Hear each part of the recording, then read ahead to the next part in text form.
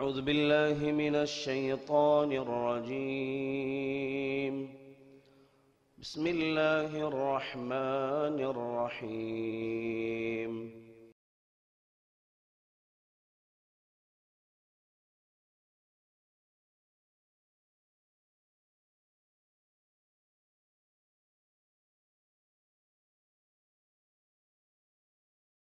السلام عليكم ورحمة الله وبركاته.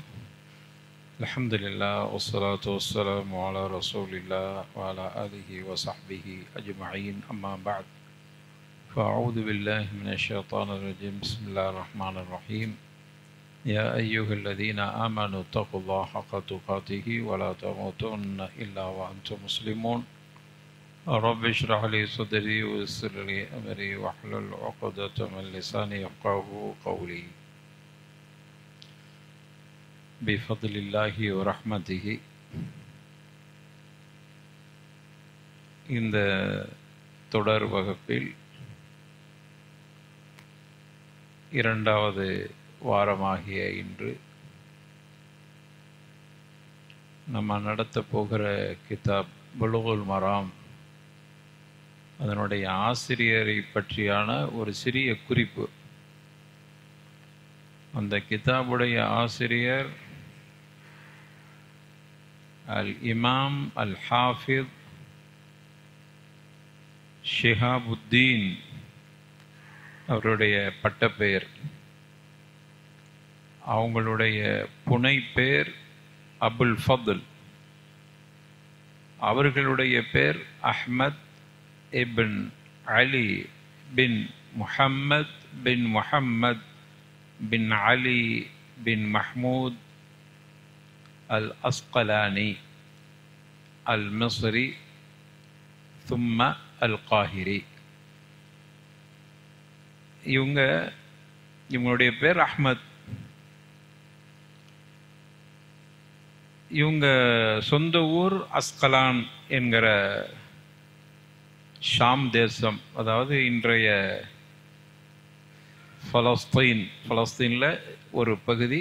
இப்போ அது இஸ்ரேவேலர்கள்ட்ட இருக்கிறது. அஸ்கலான் என்று சொல்கிறாங்களே, அந்த ஊரில் தான் பிறந்தாங்க. அதான் அஸ்கலானி. அதற்கு பிறகு மிஸ்ர் எகிப்துக்கு போயிட்டாங்க. அப்புறம் எகிப்தினுடைய தலைநகரமாகிய காஹிரால குடியிருந்தாங்க. இவங்களுக்கு இப்னு ஹஜர் என்று பட்டப்பெயர். அதுதான் இன்னைக்கு நிலைத்திருக்கிறது. அது பட்டப்பெயரா அல்லது இப்னு ஹஜர் என்பது குடும்ப பெயராங்கிறதுல ஒரு சின்ன கருத்து வேறுபாடு ஆசிரியர்கள்ட்ட. ஹஜர்ண்டா கல்லுன்னு அர்த்தம். இப்னு ஹஜர்ண்டா கல்லின் மகன் அப்படின்னு அர்த்தமாயிரும். அதனால அது அவங்க ஃபேமிலிக்கு உண்டான பெயர். இவங்க ஹிஜ்ரி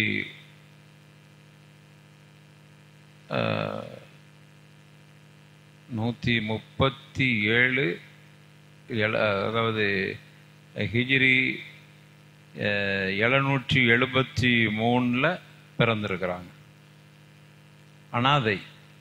ஹிஜ்ரி 773. ஒரு பெரிய கல்விமான் குடும்பத்தை சார்ந்தவங்க. அவங்க குடும்பத்தில் எல்லாருமே அறிஞர்கள். இவங்களுடைய தாய் தந்தைக்கு முன்னாடியே மூத்தாயிட்டாங்க. தாய் இல்லாமையே வளர்ந்தாங்க. இவருடைய சகோதரி அவங்களுக்கு பெரிய துணையாக இருந்தாங்க. அவங்க இவ்வளவு தூரத்துக்கு பெரிய அறிஞராக இருப்பதற்கு அவங்களுடைய கூட பிறந்த சகோதரியினுடைய துணை பெரிய துணையாக இருந்தது. இவர்கள் தந்தை மரணித்த பிறகு பல ஊர்களுக்கு கல்வி கற்பதற்காக வேண்டி சென்றிருக்கிறார்கள். பெரிய கிதாபுகள்லாம், நிறைய கிதாபுகள் எழுதியிருக்கிறாங்க. பிரபல்யமான கிதாப் புகாரியுடைய விரிவுரை, ஃபத்ஹுல் பாரி. ஹதீஸு கலை தொடர்பான கிதாபுகள் எழுதியிருக்கிறாங்க. அல் இசாபா என்கிற கிதாப். இப்போ நம்ம பார்க்க போகிற புலுகுல் மராம் என்கிற கிதாப். இப்படி ஏராளமான கிரந்தங்கள் எழுதிய ஒரு பெரிய அறிஞர். ஹிஜ்ரி 852 மூத்தா போகிறாங்க. அப்பொழுது இவர்களுக்கு வயசு 80. நிறைய அரபு கவிதைகளும் இவங்க எழுதியிருக்கிறாங்க. பிரபலியமான கவிதைகள் இப்னுல் ஹஜர் அல் அஸ்கலானியுடைய கவிதை என்ற தொகுப்பே இருக்கிறது. சரி, இது போதுன்னு நினைக்கிறேன். அவர்களை பற்றியான ஒரு சுருக்கமான அறிமுகம் இதுதான். இப்போ அவர்கள் இந்த கிதாபை கோர்வை செஞ்சிருக்கிறாங்க. ஹதீஸுகள் அதில் பதிவு செய்யப்பட்டிருந்தாலும் ஃபிக்ஹுடைய அடிப்படையிலேயே அந்த ஹதீஸுகளை அவர்கள் தர்த்தீப் பண்ணியிருக்கிறாங்க, ஒன்று சேர்த்திருக்கிறாங்க, வரிசைப்படுத்தியிருக்கிறாங்க. ஃபிக்ஹு அப்படின்னா என்னங்கிறத நம்ம தெரிஞ்சுக்கிட்டா நல்லாயிருக்கும். ஃபிக்ஹு அடிக்கடி சொல்கிறோம்ல, ஃபிக்ஹு, ஃபுகஹாக்கள். ஃபிக்ஹு ஃபுகஹாக்கள் என்றால் சட்ட நிபுணர்கள் அப்படின்னு அர்த்தம். ஃபிக்ஹுக்கு அர்த்தம் என்னன்னு சொன்னால் ஆய்வு, தெளிவு, விளக்கம் என்ற அர்த்தம். ஆய்வு செய்தல், தெளிவுபடுத்தல், புரிதல், விளக்கம் கொடுத்தல் அப்படிங்கிற அர்த்தம். இது லுகத்தில் அகராதியினுடைய அர்த்தம். மார்க்கத்தில் ஃபிக்ஹு என்று சொன்னால் இஸ்லாமிய சட்ட திட்டங்களை, ஃபிக்ஹுனுடைய வரையிலக்கணம், இஸ்லாமிய சட்ட திட்டங்களை விரிவான சான்றுகளுடன் அறிந்து கொள்வதற்கான ஒரு கல்விதான் ஃபிக்ஹ். இதில் இஸ்லாமிய சட்ட திட்டங்கள் அப்படின்னு எடுத்துக்கிட்டா 2 இருக்கிறது. இஸ்லாமிய சட்ட திட்டங்கள் 2ஆக பிரிக்கப்படுகிறது. ஒன்று அஹ்காமுல் இபாதாத், மற்றொன்று அஹ்காமுல் முஆமலாத். ஃபிக்ஹுடைய சட்டம் 2ஆக பிரிக்கப்படுகிறது. ஒன்று இபாதத், வணக்க வழிபாடுகள் சார்ந்த சட்டங்கள். இன்னொன்று கொடுக்கல் வாங்கல் சம்பந்தமான சட்டங்கள். 2ஆக பிரிக்கிறான். வணக்க வழிபாடு சம்பந்தப்பட்ட சட்டங்கள், கொடுக்கல் வாங்கல் சம்பந்தப்பட்ட சட்டங்கள். இந்த வணக்க வழிபாடு என்கிற சட்டத்தில் தான் தஹாரா. இன்னைக்கு அந்த பாடம் தான் நம்ம பார்க்க போகிறோம். தஹாரா, தூய்மை, தொழுக. தூய்மைங்கிறதுல சுத்தம் செய்தல், ஒது செய்தல், தொழுகை, அது மாதிரி நோன்பு, ஜக்காத்து, ஹஜ்ஜு. இதுக்கு பேர் என்ன? இபாதாத், வணக்க வழிபாடுகள் சார்ந்த சட்டம். இது ஒருவர். இன்னொரு பகுதி ஃபிக்ஹுல, இன்னொரு பகுதி முஆமலாத், கொடுக்கல் வாங்கல். நிக்காஹ் என்றெல்லாம் சொல்றோமே, நிக்காஹெல்லாம் கொடுக்கல் வாங்கல்ல வருது. நம்ம இபாதத்துன்னு தான் சொல்லிக்கிறோம். நிக்காஹ் என்பது ஒரு இபாதத் அப்படிங்கிறோம். அந்த செயல் இபாதத். ஆனால் அதில் உண்டான சட்டங்களை எடுத்துக்கொண்டால் கொடுக்கல் வாங்கல் உடைய முஆமலாத்துக்குள்ள அதை கொண்டு வந்திருக்கிறார். முஆமலாத் என்றால் கொடுக்கல் வாங்கல் என்கிற சட்டத்தில் நிறைய பிரிவுகள் இருக்கிறது. அதையெல்லாம் கற்று தேர்ந்தவர்கள் தான் ஃபுகஹாக்கள். இதெல்லாம் தெரிஞ்சாதான் ஃபுகஹாக்கள். அப்போ நம்மெல்லாம் இபாதாத் சம்பந்தப்பட்டதை மட்டும்தான் தெரிஞ்சிருப்போம். தொழுகை, நோன்பு, ஜக்காத்து, ஹஜ்ஜி, இதனுடைய சட்ட திட்டங்கள் மட்டும். முஆமலாத்து சம்பந்தப்பட்டதில் என்னதெல்லாம் வரும்? அக்து, ஒப்பந்தம். அதே போன்று அஹ்காமுல் உஸ்ரா, குடும்பவியல். அதே போன்று அஹ்காமுல் மாலியா, பொருளாதார சம்பந்தப்பட்ட சட்டங்கள். ஜினானியா, ஜினானியா என்று சொன்னால் குற்றவியல் சட்டங்கள். அதே போன்று சர்ச்சை, தீர்ப்பு, வழக்கு, நீதித்துறை, இந்த சட்டங்கள். இதெல்லாம் முஆமலாத்தில் வந்துடும். அஹ்காமு தௌலியாண்டு ஒரு சியாசி இருக்கிறது. அது சர்வதேச சட்ட விதிகள். தௌலாங்கிறமல, தௌலான ஒரு அரசாங்கம். அப்போ அதான் தௌலத்துங்கிறாங்க. தௌலத்து என்றால் ஒரு அரசாங்கத்துக்கு சொல்லுகிற அது மாதிரியான சட்டங்கள். இவைகள்லாம் முஆமலாத்தில் சேர்ந்துடும். வெறுமன இபாதத் சம்பந்தப்பட்ட சட்டங்கள் தான் அஹ்காமுல் இபாதத். இதை மாதிரியான சட்டங்களுக்கெல்லாம் அப்போ ஃபிக்குஹை ரெண்டாக பிரித்து முஆமலாத், இபாதத். ஆக இதுதான் ஃபிக்குஹ். இப்போ ஃபிக்குஹ் படிக்கிறது அதனுடைய சிறப்பு அல்லாஹ் குர்ஆன்லயே சொல்றான். ஃபிக்குஹ் என்கிற கல்வி இருக்குது பாருங்க, அதனுடைய சிறப்பை சொல்கிற பொழுது 9வது அத்தியாயம் 122வது வசனம், வமா கானல் முஃமின் லியன்ஃபிரு காஃபா. அல்லாஹ் சொல்றான், மோமின்களுக்கு அனுமதி இல்லை ஒட்டுமொத்தமாக புறப்பட்டு சென்று விடுகிறார்களே, அதற்கு அனுமதி இல்லை. வலவுலா நஃபர மின் குல்லி ஃபிர்கத்தி மின்ஹும் தாயிஃபா, அவர்களில் ஒரு பிரிவினர் அமர்ந்து லியத்தஃபக்கஹு ஃபித்தீன், மார்க்கத்தின் விஷயங்கள். ஏன் ஒரு கூட்டம் இருக்கணும்? அன்னைக்கு உள்ள சூழ்நிலையில எல்லாரும் போருக்கும் வியாபாரத்திற்கும் சென்று விடுறாங்க. மார்க்கத்தை படிக்கிறதுக்கு ஆள் இல்லை. மார்க்கத்தை யாருமே படிக்கலை. எல்லாருமே அவங்க பாட்டு பயணங்கள்ல இருக்கிறாங்க. பொருளாதாரத்தை திரட்டுறதுலேயே இருக்கிறாங்க. அவருடைய காலமெல்லாம் அதிலேயே போய்விடுகிறது. அன்னைக்கு உள்ள நேரத்தில் என்ஃபிரு காஃபா, ஒரு பெரும் கூட்டம் போர்க்களம், வியாபாரம், குடும்பம் அப்படின்ட்டு போயிடுறாங்க. மார்க்கத்தை படிக்கிறதுக்கு ரசூலுல்லாஹ்ட்ட ஆள் இல்லை.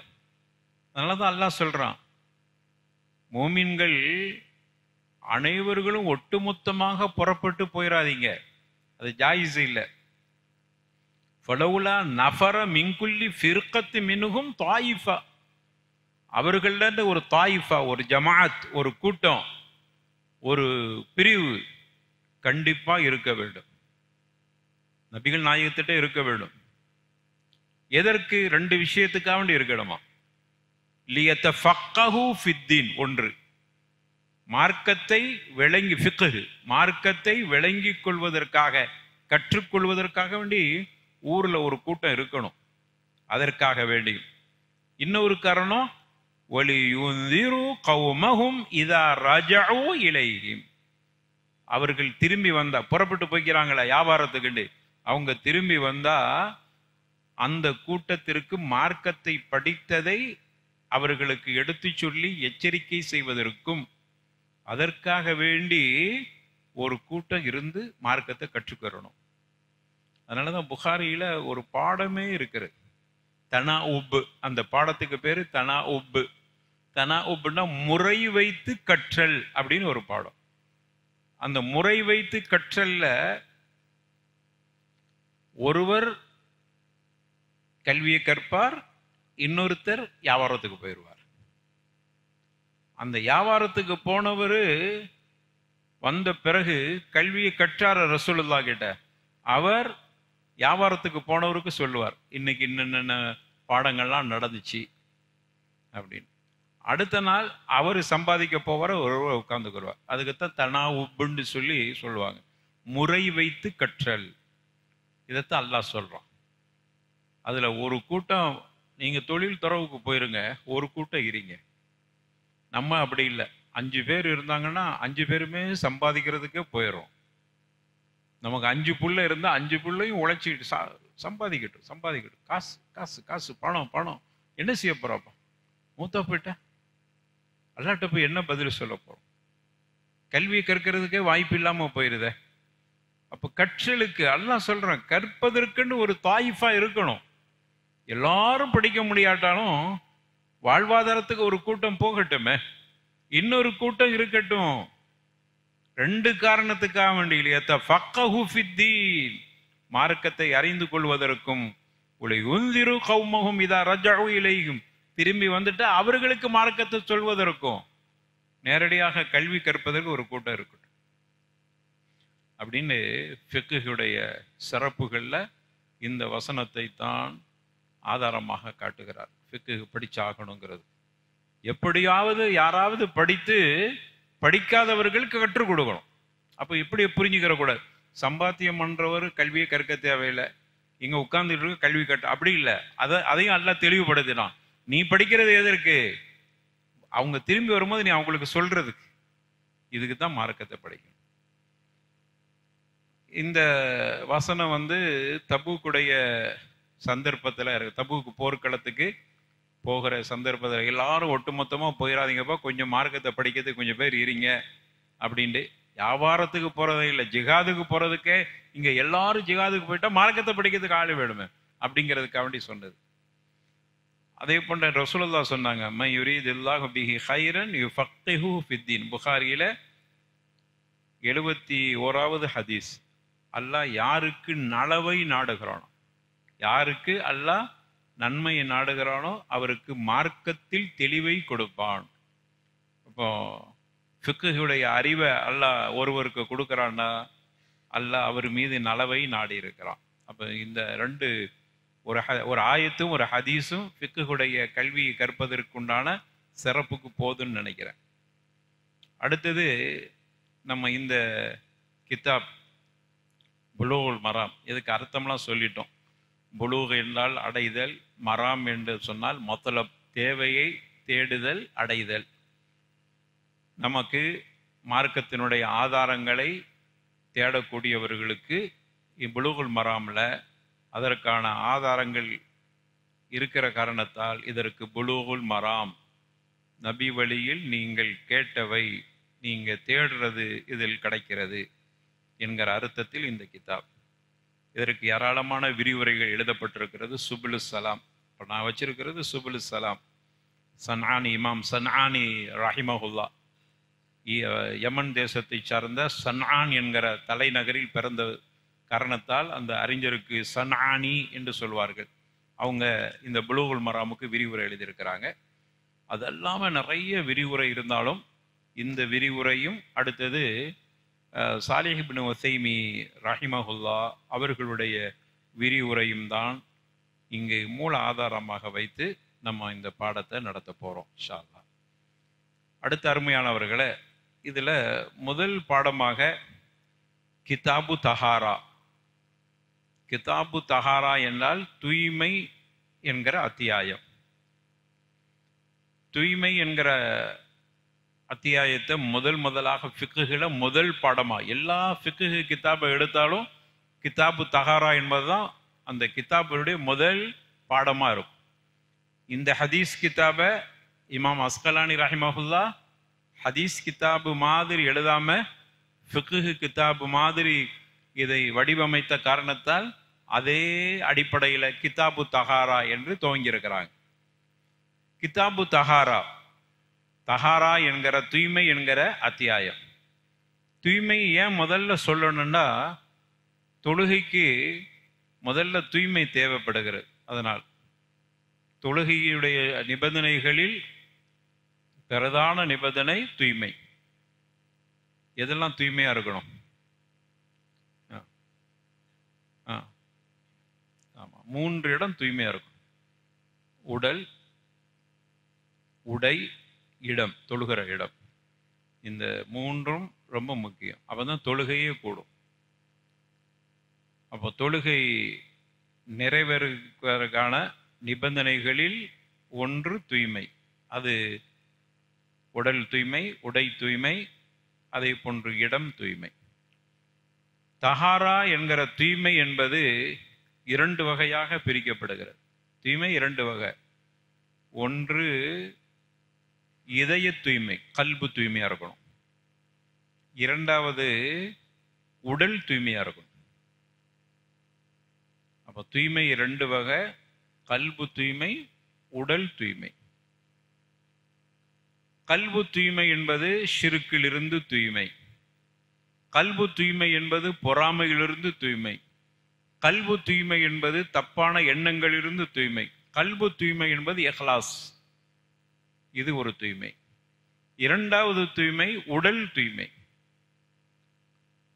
இந்த உடல் தூய்மை என்பது 2 வகையான தூய்மை இருக்குது. தூய்மை 2 வகை, நல்ல விளங்கிக்கிறங்க. தூய்மை 2 வகை.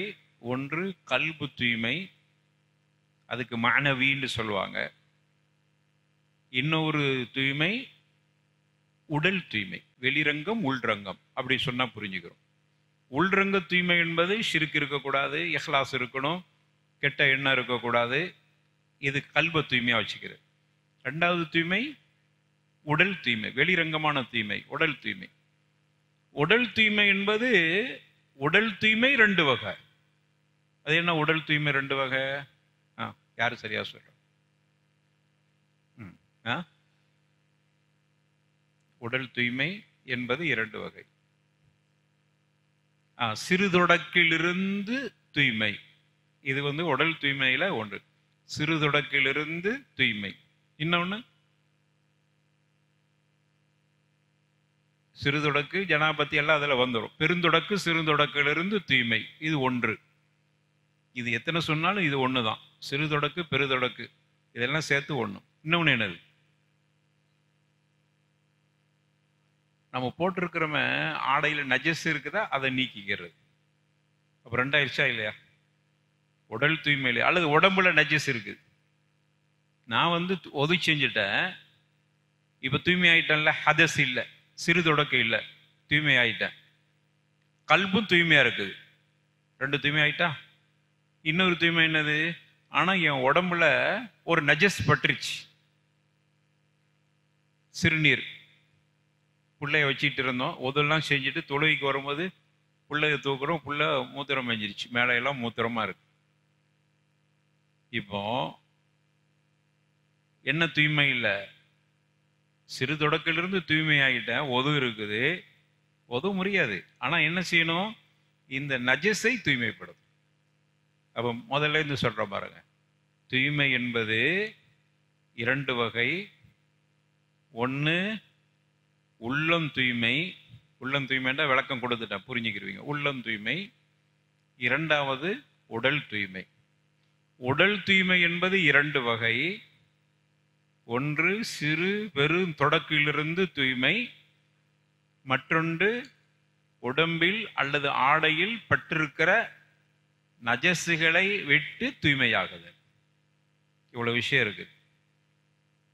சரி, இப்போ முதல் தூய்மை எல்லாத்துக்கும் முதல்ல சொன்ன தூய்மை அது என்னது? கல்பு தூய்மை. நம்ம அதுக்கு என்ன? ஷஹாதத் கலிமா சொல்லி இஸ்லாத்துக்கு குரான் சுன்னாவை படித்து அஹ்லாக்கை படித்து உள்ளத்தை தூய்மைப்படுத்தி கொண்டார், அது மூலமா கிடைச்சுப்போம். ரெண்டாவது தூய்மை தான் இங்க பேசுறோம், அது அக்கீதா சம்பந்தப்பட்டது, உள்ளம் சம்பந்தப்பட்டதை பேசுறது. அதை பேசுறதுக்கு உள்ள பாடம் இல்லை, அது பயான்ல பேசிக்கலாம். இப்ப இதுல நம்ம பார்க்கறது இரண்டாவது தூய்மையை தான் பேச போறோம். இரண்டாவது தூய்மை உடல் தூய்மைன்றோம்ல. எதிலிருந்து தூய்மை?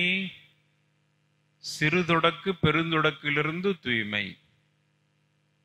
சரி, தொடக்கு, சிறு தொடக்கு, பெருந்தொடக்கு ஆகியவைகளிலிருந்து நம்ம தூய்மை ஆகணும்டா. சிறு தொடக்கு பெருதொடக்குனா என்ன? சிறு தொடக்கு என்றால் ஒது செய்தால் மட்டும் போதுமானது, அந்த தொடக்கிலிருந்து அவர் தூய்மையாயிருவார். பெருந்தொடக்கு என்றால் உடல் முழுக்க தண்ணீரை ஊற்றி குளித்தால் மட்டும் தூய்மையாகிறது. சிறு தொடக்கு ஒது செய்தால் மட்டும் தூய்மையாயிருவார். பெருதொடக்கு என்றால் உடல் முழுக்க குளித்து தூய்மையாகுது. இப்ப இதுக்கு என்ன தேவைப்படுது? என்ன தேவைப்படுது? தண்ணி தேவைப்படுது. அப்ப பாடம் என்ன? தஹாராவில் என்ன பாடத்தை பார்க்க போறோம்? தண்ணீர் பாடத்தை படிக்க போறோம். தஹாரா, இதான் தஹாரா. இமாம் அவர்கள் அப்படித்தான் கொண்டு வந்திருக்கா. முதல்ல கிதாபு தஹாரான்னு போட்டுட்டு, அத்தியாயம் தூய்மைன்னு போட்டுட்டு, அடுத்து என்ன பாடம் போடுறாங்க? அதில் பாடம் என்னது? தண்ணீர் பாடம். அதுல மியாஹ் அத்தியாயம்தான் தூய்மை. அதில் நம்ம படிக்க போற பாடம் என்னது? மியாஹ், தண்ணீர்கள் உடைய பாடம். பன்மை மியாஹ். மா என்கிற ஒருமை சொல்லுக்கு பன்மை மியாஹ், தண்ணீர்கள். அதே தண்ணீர்கள் என்று சொன்னார்கள். தண்ணீர்கள். இப்ப நம்ம தண்ணீர் சம்பந்தப்பட்ட பாடத்தை பார்க்க போறோம். இப்போ தூய்மைக்கு சிறு தொடக்கு பெருதொடக்கு ஆகியவைகளிலிருந்து தூய்மையாவதற்கு தண்ணீர் தேவைப்படுகிறது. அதற்கு இங்கு ஒரு ஹதீஸை புலூகுல் மராம்ல முதலாவது ஹதீஸ், அன் அபீ ஹுரைரத ரலியல்லாஹு அன்ஹு قال قال رسول الله صلى الله عليه وسلم في البحر هو الطهور ماؤه الحل ميتته أخرجه الأربعة. இமாம் அஸ்கலானி ரஹிமஹுல்லா தண்ணீர் என்கிற பாடத்தில் பதிவு செய்திருக்கிற முதலாவது ஹதீஸ் அபூ ஹுரைரா ரலியல்லாஹு அன்ஹு அறிவிக்கக்கூடிய ஒரு ஹதீஸ்.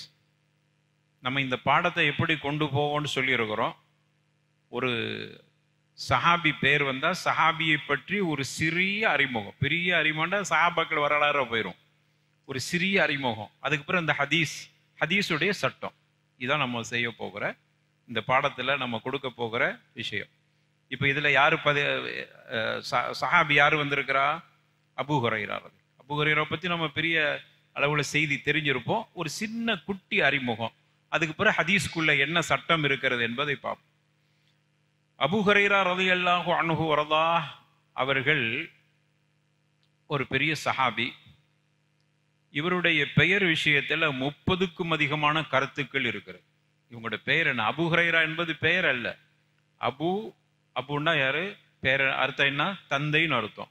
ஹுரைரா என்பது ஹிர்ரத்னா பூனை, ஹுரைர். அப்போ பூனையின் தந்தை, பூனை வளர்த்துக்கிட்டு இருந்ததுனால அவருக்கு அந்த பட்ட பேர் வந்துச்சு. அப்போ இவங்களுக்குன்னு ஒரு பேர் இருக்குமா இல்லையா? என்ன பேர் என்பதில் வரலாற்று ஆசிரியருக்கு 30க்கு அதிகமான கருத்துக்கள் இருக்கிறது. சரி, அப்போ ஏதாவது ஒரு சரியான கருத்துன்னு ஒன்று இருக்குமா இல்லையா? அப்துர் ரஹ்மான், இவர்களுடைய பேர் அப்துர் ரஹ்மான். அப்துல்லான்னு கூட சொல்றாங்க. அப்துர் ரஹ்மான், சந்தேகம், அப்துர் ரஹ்மானா அப்துல்லாவா? இதான் கடைசியில் வந்து நிற்குது. 30க்கு அதிகமான பேர்கள் சொன்னாலும் அப்துர் ரஹ்மான் அல்லது அப்துல்லா. சரி, ஆக நம்ம அப்துர் ரஹ்மான்ங்கிற பேரை எடுத்துக்கிறோம். இவர்கள் அதிகமான ஹதீஸுகளை பதிவு செஞ்சிருக்கிறாங்க. கிட்டத்தட்ட 5374 ஹதீஸுகளை பதிவு செஞ்சிருக்கிறாங்க. ரொம்ப தாமதமாக இஸ்லாத்தை ஏற்றுக்கொண்டாலும் 5374 ஹதீஸுகளை பதிவு செஞ்சிருக்கிறாங்க. இவர்களை பொறுத்தவரையில்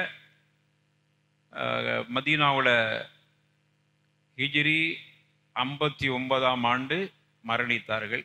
78 வயசு இருக்கும்போது பக்கிய என்கிற பொது மையவாடியில் அடக்கப்பட்டார்கள். அன்னைக்கு இருந்த அந்த நாட்டின் மதீனாவினுடைய அமீராக இருந்தவர் இவங்களுக்கு தொலை வச்சாங்க. வலீத் இப்னு உக்பா என்று சொல்லக்கூடியவங்க தான் இவங்களுக்கு தொலை வச்சாங்க. சரி, இது போதும், இவ்வளோ அறிமுகம். நீங்கள் இன்னும் நிறைய அவங்கள பற்றி பார்க்கணுன்னா அபூ ஹுரைரா ரலியல்லாஹு வரலாறை போய் படிச்சுக்கிறீங்க. இப்போ இந்த ஹதீஸில் என்ன சொல்லப்படுகிறது, இதான் நமக்குள்ள சட்டம். அல்ல இது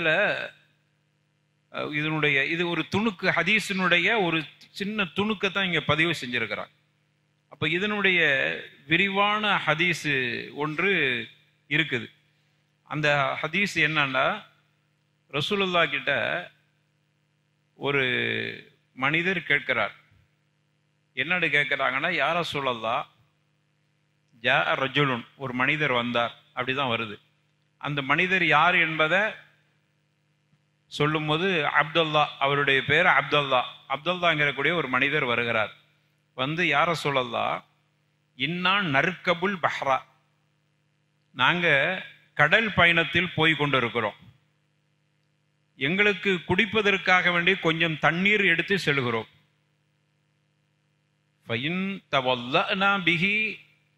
அந்த கொண்டு போற தண்ணீரை வச்சு நாங்கள் ஒது செஞ்சா, கடல் பயணம் எங்களுக்கு, ஆனா குடிப்பதற்கு கொஞ்சம் தண்ணி கொண்டு போறோம், அதை வச்சு நாங்கள் ஒது செஞ்சா அதிஷ்னா, நாங்கள் தாகம் எங்களுக்கு வந்தால் குடிக்க தண்ணி இல்லாமல் போயிடும். இப்போ நாங்கள் என்ன செய்யறது? அப்ப நத்தவல்லாஹு பிமாஇல் பஹர், கடல் நீரை நாங்கள் ஒதுவுக்கு பயன்படுத்தலாமா அப்படின்னு கேட்குறாங்க. அப்போ ரசூலுல்லாஹி ஸல்லல்லாஹு அலைஹி வஸல்லம் அப்பந்தான் சொன்னாங்க, ஃபில் பஹரி ஹுவ தஹூரு மாஉஹு. கேட்கப்பட்ட கேள்வி ஒரு கேள்விதான், கடல் நீரை கொண்டு ஒது செய்யலாமா? இதுதான் கேள்வி. ரசூலுல்லாஹ் சொன்னாங்க அதனுடைய தண்ணீர் தூய்மை அப்படின்னு சொல்லிட்டு இன்னொரு சட்டத்தையும் சேர்த்து சொன்னாங்க, அல் ஹில்லு மைத்ததுஹு, கடலிலே செத்து போனவைகளும் உங்களுக்கு அதை சாப்பிடுவதற்கு அனுமதி இருக்கிறது. செத்ததை நம்ம சாப்பிடக்கூடாது, செத்ததை சாப்பிடக்கூடாது, அறுத்து பழியிட்டு தான் அதில் சாகுறது தான் நம்ம சாப்பிடும். தானாக செத்துட்டா சாப்பிடக்கூடாது. ஆனால் கடல்ல மட்டும் செத்து போனதை சாப்பிடலாம். மீன், செத்து போன மீன் தானே எல்லாம் வாங்கி சாப்பிட்றோம். அப்போ ரசூலுல்லாஹி ஸல்லல்லாஹு அலைஹி வஸல்லம் கேட்கப்பட்ட கேள்விக்கு அல்லாஹ்வுடைய தூதர் ஸல்லல்லாஹு அலைஹி வஸல்லம் பதில் சொன்னாங்க. இப்போ நீங்கள் அதில் ஒரு பகுதியை விட்டுட்டு ஒரு பகுதியை பாருங்க. ஒது செய்வதற்கு தண்ணி என்னதான் இருக்கணுமா? தஹூராக இருக்கணும், தூய்மையானதாக இருக்கணும். இப்போ அதை பற்றி தான் பார்க்க போகிறோம். தண்ணீர் தூய்மையான தண்ணீர், தஹூரான தண்ணீர் என்றால் தாகிர்ன்னு சொல்லல. தாகிர்ன்னு அர்த்தம் என்ன? தாகிர் தூய்மை, தஹூர் அதுக்கு அதே அர்த்தம் தான். ஆனா தாகிரான தண்ணீரை நம்ம தூய்மைப்படுத்துவதற்கு அதை பயன்படுத்தக்கூடாது. தாகிர் என்றால் அது தனக்குத்தானே சுத்தமா இருக்கும், பிறரை சுத்தப்படுத்தாது. தஹூர்ண்டா அதுக்கு தான் ரசூலுல்லாஹ் அத்தஹூர் மாஊஹுண்டாங்க. தண்ணீர் தானும் சுத்தம், பிறரையும் சுத்தப்படுத்துற தகுதி. எந்த தண்ணி தாகிர் தூய்மையான தண்ணீர்னா எது?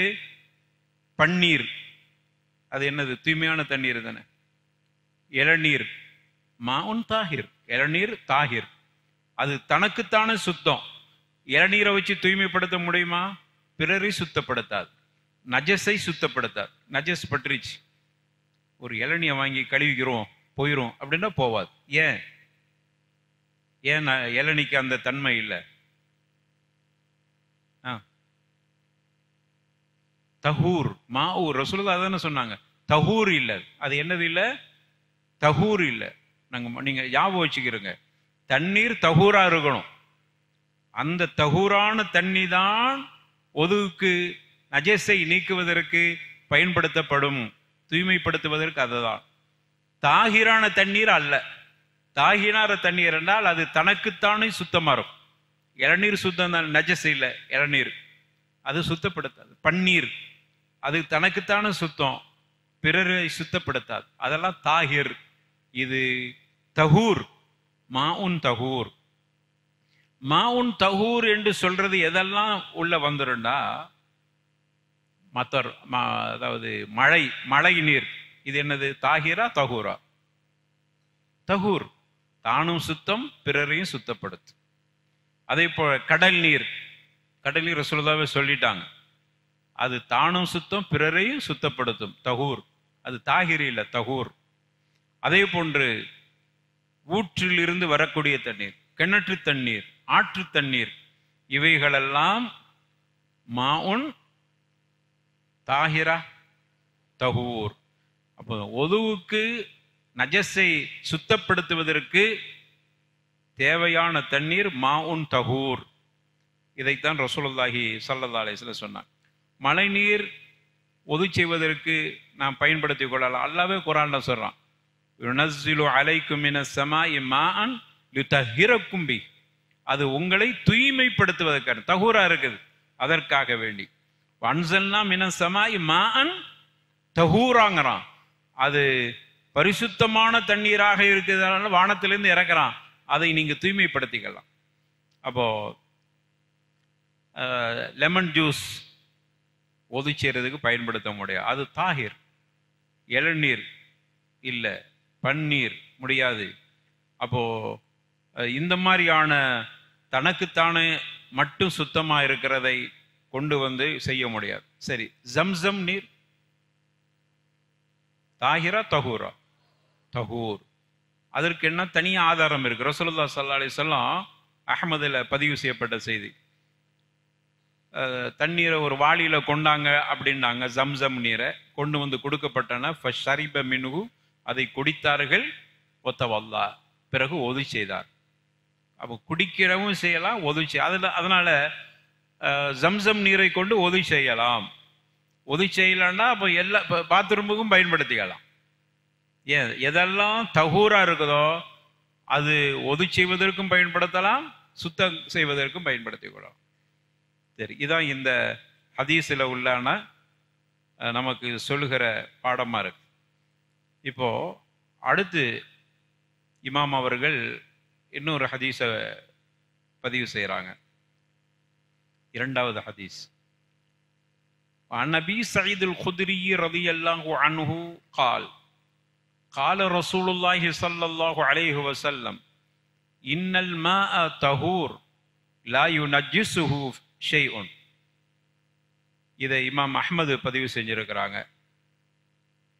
அபு சயீத் அல் குத்ரி ரலியல்லாஹு அன்ஹு அறிவிக்கிறான். அபு சயீத் அல் குத்ரி அவங்க யாரு? இவங்களுடைய பெயர் சஅத் இப்னு மாலிக்.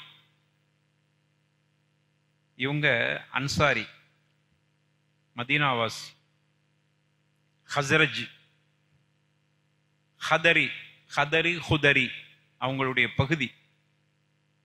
அவங்க வசித்த பகுதி அன்சாரிகள்ல உள்ள பகுதி தான் ஹதரி அல்லது ஹுதரி.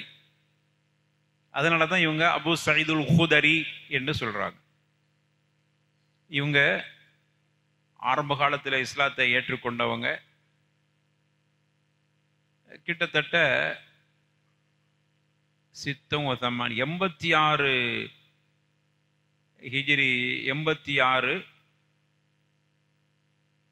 இவங்களுடைய மரணம். இவங்க மூத்தா போனது நேரத்தில் வயசு 74. கிட்டத்தட்ட புகாரியில் மட்டும் இவங்க மொத்த ஹதீஸ் 1170 ஹதீஸுகளை ரிவாய்த்து பண்ணியிருக்கிறாங்க. புகாரியில் மட்டுமே 84 ஹதீஸுகள். இதுதான் அவங்களை பற்றியான ஒரு சிறிய குறிப்பு. இந்த ஹதீஸில் என்ன சொல்லப்படுகிறது அப்படின்னா, இன்னல் மா தஹூர் லா யுனஜ்ஜிசுஹு ஷை. தண்ணீர் அது தஹூர், தூய்மை, தானும் தூய்மை, பிறரையும் தூய்மைப்படுத்தும். அது ஒரு காலத்திலையும் அசுத்தமாகாது அப்படின்னு சொல்ற ஒரு துணுக்கு, ஹதீஸுடைய துணுக்கை இங்க பதிவு செஞ்சிருக்கிறாங்க. அப்ப இது என்ன, இது இந்த ஹதீஸ்ல சொல்ல வராங்கன்னா, ரசூலுல்லாஹ்ட்ட கேட்கப்பட்டது. அபு சயீத் அல் குத்ரி அறிவிக்கக்கூடிய இந்த செய்தி ரசூலுல்லாஹ்ட்ட கேட்கப்படுது. நாங்க ஒரு கிணற்றில் தண்ணீர் எடுத்து ஒது செய்கிறோம். அந்த கிணறு எப்படிப்பட்ட கிணறு என்றால்,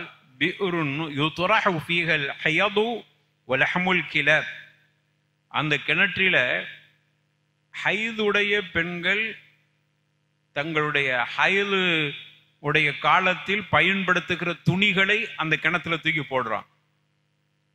புரிஞ்சிருப்பீங்க. அதே போன்று அதுல நாய்கள், செத்த நாய்களுடைய இறைச்சியும் அந்த கிணத்துல விழுகிறது. இப்படியான கிணற்று தண்ணீரை நாங்கள் பயன்படுத்தலாமா அப்படின்னு கேட்கிறாங்க ரசூலுல்லாஹ்ட்ட. கேள்வி புரிகிறதா? அந்த கிணற்றில பெண்கள் பயன்படுத்துகிற ஹைது காலத்தில் உண்டான அந்த துணிகளும் அந்த கிணற்றில் போடப்படுகிறது. நாய், செத்த நாயினுடைய நாயும் அங்க அதுல கிடக்குது. இப்படியான கிணற்று தண்ணீரை நாங்க பயன்படுத்தலாமா? ரசூலுல்லாஹ் சொன்னாங்க, இன்னல் மா தஹூர் லா யுனஜ்ஜிசுஹு ஷை. தண்ணீரை பொறுத்தவரையில கிணற்று தண்ணீர் தூய்மையானது, அது நஜஸ் ஆகாது அப்படின்னு ரசூலுல்லாஹ் ஸல்லல்லாஹு அலைஹி வஸல்லம் அவர்கள் சொன்னார். அப்போ இதுலேருந்து என்ன தெரியுதுன்னா, கிணற்று தண்ணீரில் இதை மாதிரியான வஸ்துக்கள் விழுந்துச்சுன்னா அது என்னது இல்லை, அசுத்தம் ஏற்படாது. அதோட நம்ம மொட்டையாக அதை புரிஞ்சுட்டு போயிடக்கூடாது. அதுக்கு அடுத்த ஹதீஸு தெளிவாக சொல்லப்படுகிறது. இப்போ நான் சொல்கிற ஹதீஸு சேர்த்து தான் இந்த சட்டத்தை புரியணும். அபி உமாமா அல் பாஹிலி ரலியல்லாஹு அன்ஹு அறிவிக்கக்கூடிய விஷயம். அதுக்கு 3வது ஹதீஸ். இந்த அபு உமாமா யாரு அப்படின்னு சொன்னா, இவங்க பாஹிலிங்கிறது அந்த கூட்டத்தினுடைய அந்த கௌம், அவங்க குடும்பத்தினுடைய பெயர் பாஹிலா, அதான் பாஹிலி என்று சொல்றாங்க. இவங்க எகிப்து நாட்டை சார்ந்தவங்க. இங்க வந்து குடியேறிக்கிட்டாங்க. இவங்களை பொறுத்தவரையில் 86 ஹிஜ்ரி 86 இவங்க மரணிக்கிறாங்க. கடைசியாக சிரியா தேசத்தில் மரணித்த சஹாபாக்களில் ஒருவர் என்று சொல்லப்படுகிறது. சரி, இப்போ இந்த ஹதீஸில் என்ன சொல்றாங்கன்னா, இன்னல் மா லா யுனஜ்ஜிசுஹு ஷையுன் இல்லா மா கலப அலா ரீஹிஹி வ தஅமிஹி வ லௌனிஹி. இப்போ நம்ம இதுல இருந்து ஒரு சட்டத்தை புரிஞ்சுக்கிறோம். ஒரு கிணற்றில்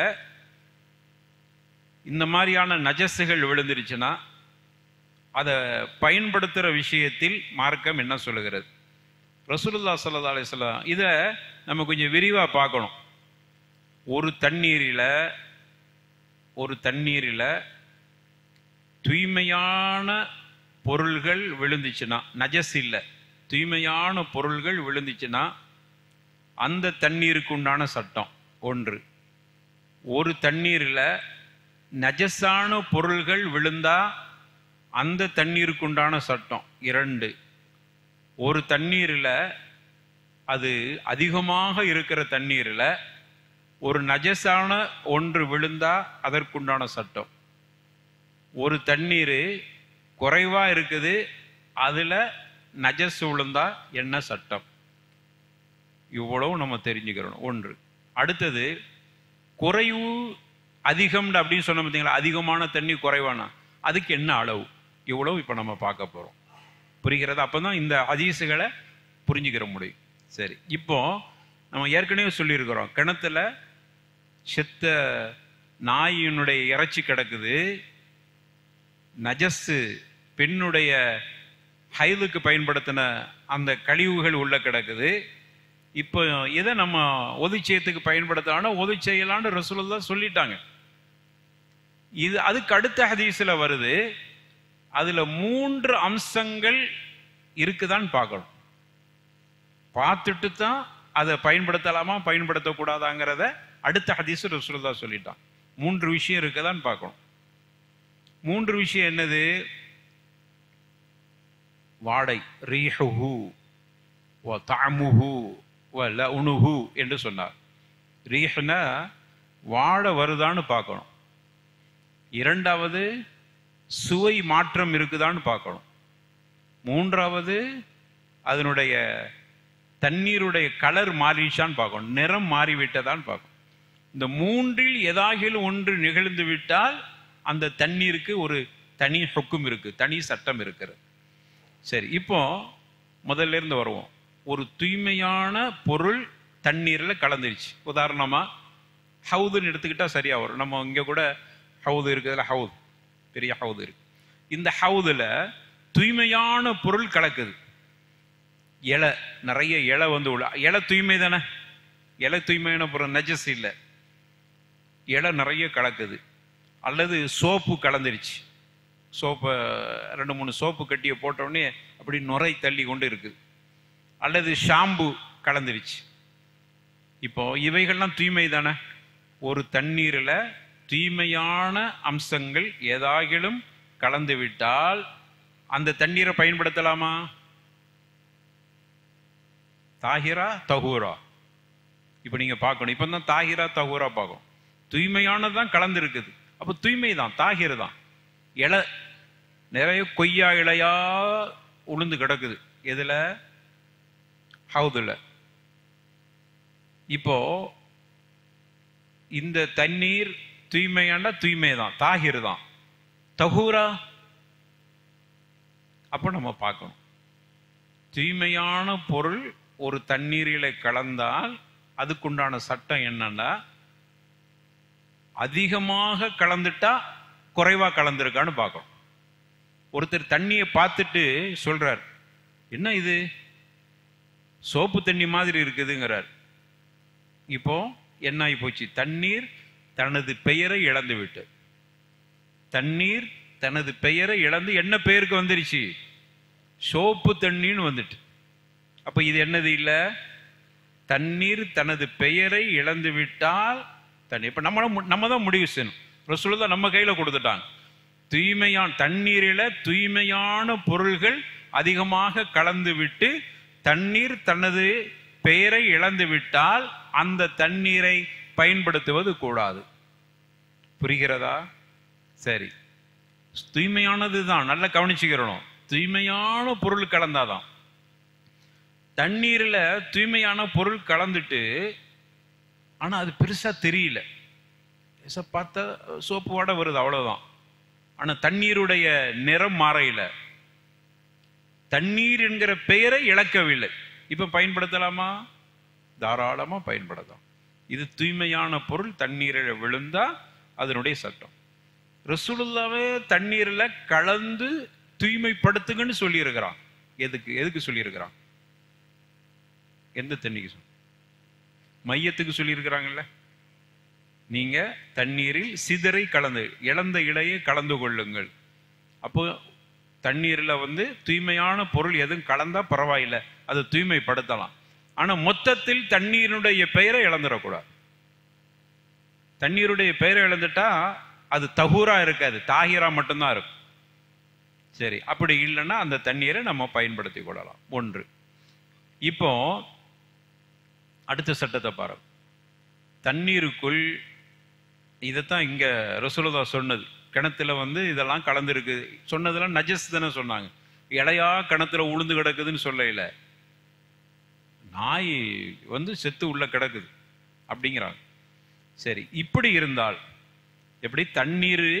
தண்ணீருக்குள் நஜஸ் கலந்து விட்டால் அப்போ என்ன செய்யணுமா? 3 விஷயங்கள் இருக்குதான்னு பார்க்கணும். அந்த தண்ணீர் முதல்ல அந்த தண்ணீர் தண்ணீரா இருக்கணும், நிறைய தண்ணீர் இருக்கணும். அது அளவு என்னங்கிறது பின்னாடி சொல்லுவோம். அதுக்கு ஆதாரம் இதுல சொல்லப்பட்டிருக்கு, அடுத்து சொல்றாங்க. இப்ப தண்ணீர் அதிகம் குறைவு அப்படிங்கிறத மட்டும் தெரிஞ்சுக்கிறங்க. அப்புறம் அதிகம் என்றால் எவ்வளவு அளவு என்பதை அடுத்து சொல்லிக்கிறோம். தண்ணீர் அதிகமாக இருக்கிற ஒரு ஹவுதுல நஜஸ் விழுந்துருச்சு. இப்படி விழுந்தா மேல சொன்னது தூய்மை, இங்க நஜஸ் விழுந்திருக்கு. 3 விஷயங்கள் நடந்துட்டான்னு பார்க்கணும். இப்ப நம்ம ஹவுதில் எடுத்துக்கிறோம், அந்த அளவு இருக்கும், அளவு பார்த்து தான் அது கட்டி இருக்கிறான். ஹவுதுக்கே ஒரு அளவு பார்த்து தான் கட்டுவாங்க, குள்ள தேய்னும்பாங்க. அது இப்போ அதுக்குள்ள தேய்னு இருக்கும். அப்போ இந்த ஹவுதில் இப்போ ஏதாவது ஒன்று செத்து விழுந்துருச்சுன்னு வைங்க, நஜஸான ஒன்று செத்துருச்சு விழுந்துருச்சு. இப்போ இந்த தண்ணி நஜஸா உதவி செய்யறதுக்கு பயன்படுத்தலாமா? 3 விஷயம் இருக்குதான்னு பார்க்கணும். ஒன்று, பார்க்குறோம், மோந்து பார்க்குறோம், வாடை இருக்குதா? இல்லை, வாடை தண்ணிக்குன்னு ஏதோ ஒரு வாடை இருக்கும், அந்த வாடை மட்டும்தான் இருக்கு. அப்படி லேசாக எடுத்து நாக்கில் வச்சு பார்க்குறோம், ஒரு ஜாதியா ஒரு மாதிரியா இருக்குது, ஏதோ ஒன்று கலந்ததை அந்த சுவை தெரியுது. அப்படி தெரிஞ்சா இல்லை, ஆனால் சுவையெல்லாம் தெரியல, தண்ணிக்குள்ள சுவை மட்டும்தான் இருக்கு. நிறத்தை பார்க்குறோம், நிறம் பளிச்சுன்னு வெள்ளையா இருக்கு. இப்போ பயன்படுத்தலாமா? நஜஸா நஜஸ் இல்லையா? நஜஸை தூக்கி வீசிட்டு அந்த தண்ணீரை பயன்படுத்தலாம், அதை தூய்மைக்கு ஒதுக்கி செய்யறதுக்கு பயன்படுத்தி கொள்ளலாம். சரி, அடுத்த மசாயில், 3இல் ஏதாகிலும் ஒன்று நடந்திருந்துச்சுன்னா பார்க்குறோம், நிறம் ஒரு மாதிரி ஆயிடுச்சு. இது விழுந்த பிறகுதான் நிறமே மாறிடுச்சு. இது விழுந்த பிறகுதான் சுவை மாறி, ஏதோ ஒன்று தான் சுவை மாறிடுச்சு. இது விழுந்த பிறகுதான் அதனுடைய வாடையும் மாறிடுச்சு. அப்படி இருந்தால் அதை பயன்படுத்தக்கூடாது. சரி, இப்போ தண்ணீர் கூடுதலாக இருந்தா ஒரு சட்டம், குறைவா இருந்துச்சுன்னு வைங்க. ஏற்கனவே சொன்ன பார்த்தீங்களா, குறைவா இருந்த தண்ணீரில் தூய்மையானது உளுந்தா ஒரு சட்டம் சொன்னோம். தூய்மையானது உளுந்தா தண்ணீர் என்கிற பெயரை இழக்காத வரைக்கும் அதை தூக்கி போட்டுட்டு அதுல எல்லாம் பயன்படுத்திக்கலாம்னு சொல்லியிருக்கிறோம்.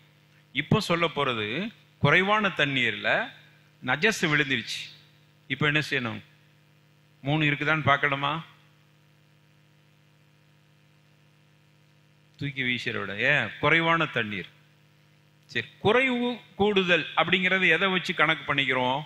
ரசூலுல்லாஹ் ஸல்லல்லாஹு அலைஹி வஸல்லம் சொல்றாங்க, அன் அப்துல்லாஹ் இப்னு உமர் ரலியல்லாஹு அன்ஹுமா. இப்போ குறைவு கூடுதல் அப்படிங்கிறத சொல்லக்கூடிய ஹதீஸ். அப்துல்லாஹ் இப்னு உமர் ரலியல்லாஹு அன்ஹு இவங்க யாருன்னா, இப்னு உமர் கத்தாப் ரலியல்லாஹு அன்ஹு அவர்களுடைய மகனார்.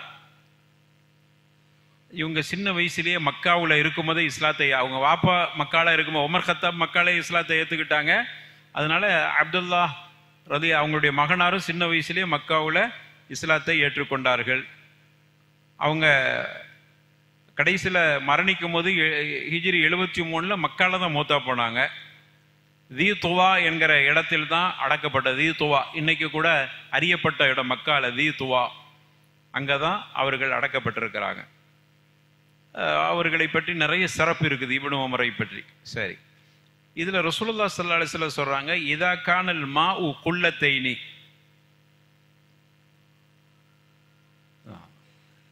இதில் நிப்பாட்டிடுவோமா? வாங்க, டைம் ஆயிடுச்சு தானே. சரி, அந்த நம்ம இப்போ பார்க்க வேண்டிய பாடம் என்னன்னா, அதிகமான தண்ணீர் குறைவான தண்ணீர், அதுக்கு என்ன ஆதாரம், அதிகம்னா எவ்வளோ அளவு அப்படிங்கிறத நம்ம பார்க்கணும். இன்ஷா அல்லாஹ் வரக்கூடிய வாரம் அதை பற்றி பார்ப்போம்.